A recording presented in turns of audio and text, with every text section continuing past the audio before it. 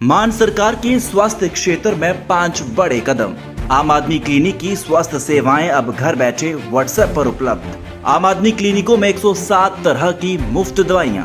आम आदमी क्लिनिकों में 47 तरह के मुफ्त टेस्ट। आम आदमी क्लिनिकों में एंटी रेबीज का मुफ्त टीका। आम आदमी क्लिनिकों में गर्भवती महिलाओं का मुफ्त इलाज।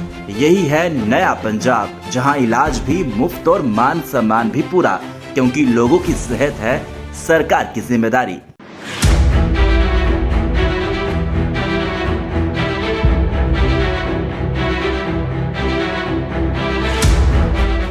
बीजेपी जिसे मां कहती है, अब उसी बच्चे को घर से बाहर निकाल रही है। वसुंधरा राजे का वनवास क्या आने वाले तूफान की शुरुआत है? जिसे राजस्थान की शेरनी कहा गया, आज उसी की दहाड़ को पार्टी अनसुना कर रही है। क्या बीजेपी वसुंधरा राजे की चुप्पी को कमजोरी समझ बैठी है? आज वही वसुंधरा राजे हैं हाशिए पर, चुप नहीं पर इशारों में बहुत कुछ कहती नजर आ रही है। राजस्थान के पूर्व सीएम वसुंधरा राजे ने हाल ही में जो बयान दिया, वो बीजेपी के लिए चेतावनी और सलाह दोनों है। राजे के तलख तेवर अब बीजेपी के हलक से नीचे नहीं उतर रहे। बीजेपी के पूर्व मुख्यमंत्री और दिग्गज नेता का ताजा बयान सुनने में तो धार्मिक लगता है, लेकिन सियासत के गलियारों में यह किसी सियासी धमाके से कम नहीं। इस बयान के बाद राजनीतिक गलियों में चर्चा चल रही है, क्या वसुंधरा राजे अभी भी बीजेपी से नाराज हैं? क्या पार्टी में सब कुछ ठीक नहीं? क्या बीजेपी अपनों को दरकिनार कर रही है?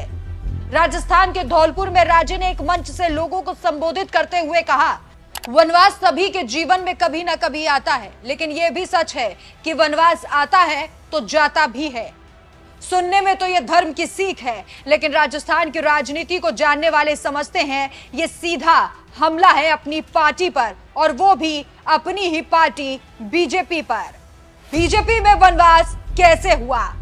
वसुंधरा के वनवास की कहानी साल 2018 के बाद से लिखी गई। वसुंधरा राजे को धीरे धीरे किनारे लगाया गया। 2023 के विधानसभा चुनावों में तो पार्टी ने उन्हें मुख्यमंत्री पद का चेहरा तक नहीं बनाया। उनकी जगह पहली बार विधायक बने भजन लाल शर्मा को सत्ता की कमान सौंप दी गई। सूत्रों की माने तो वसुंधरा राजे के पास आज भी 40 से 50 विधायकों का मजबूत समर्थन है, लेकिन पार्टी नेतृत्व को शायद यही डर है कि अगर राजे मजबूत होंगी तो दिल्ली की पकड़ कमजोर पड़ जाएगी। ये पहली बार नहीं हुआ जब वसुंधरा राजे ने इशारों में हमला किया हो। 2025 की शुरुआत से ही उनके तेवर कुछ और कहानी कह रहे हैं। आपको उनके कुछ बयान बताते हैं जो पार्टी की तरफ बगावत का इशारा कर रहे हैं। जालरा पाटन में राजे ने कहा था, बादल सूरज को कुछ समय के लिए छिपा सकता है, लेकिन हमेशा के लिए नहीं।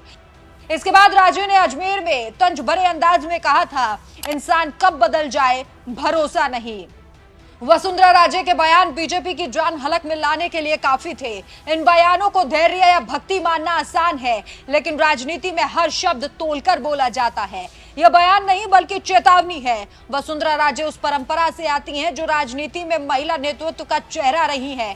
उनकी मां राजमाता विजया राजे सिंधिया ने आपातकाल में इंदिरा गांधी का सामना किया, लेकिन क्या बीजेपी ने वसुंधरा राजे को दरकिनार करके अपनी ही महिला शक्ति को नजरअंदाज किया? बीजेपी कहती है बेटी पढ़ाओ बेटी बचाओ, पर जब वही बेटी मुख्यमंत्री बनने लायक हो तो उसे किनारे क्यों कर दिया जाता है? 2025 में वसुंधरा राजे की सक्रियता बढ़ी है। जल जीवन मिशन में भ्रष्टाचार पर सवाल हो या झालावाड़ में स्कूल छत गिरने पर सरकार की खिंचाई, राजे खुलकर बोल रही हैं। हाल ही में उन्होंने प्रधानमंत्री नरेंद्र मोदी से मुलाकात की, जिसके बाद फिर चर्चा है कि क्या राजे की वापसी की स्क्रिप्ट लिखी जा रही है। राजनीति में संदेश अक्सर सीधे नहीं दिए जाते, पर वसुंधरा राजे ने बता दिया कि वनवास केवल प्रतीक नहीं बल्कि उनकी राजनीतिक वापसी की तैयारी का ऐलान है। बीजेपी में अगर अपने ही अपनों को जगह ना दे तो पार्टी मजबूत नहीं खोखली बन जाती है, और अगर वक्त रहते राजे जैसी नेताओं की अहमियत नहीं समझी गई तो राजस्थान ही नहीं बल्कि पूरा देश पूछेगा कि क्या बीजेपी अपनों का ही वनवास लिख रही है? क्या राजे की राजनीति में वापसी होगी? क्या आपको लगता है कि बीजेपी ने उन्हें अनदेखा कर एक बहुत बड़ी गलती की है? आप अपनी राय हमें कमेंट करके जरूर बताएं।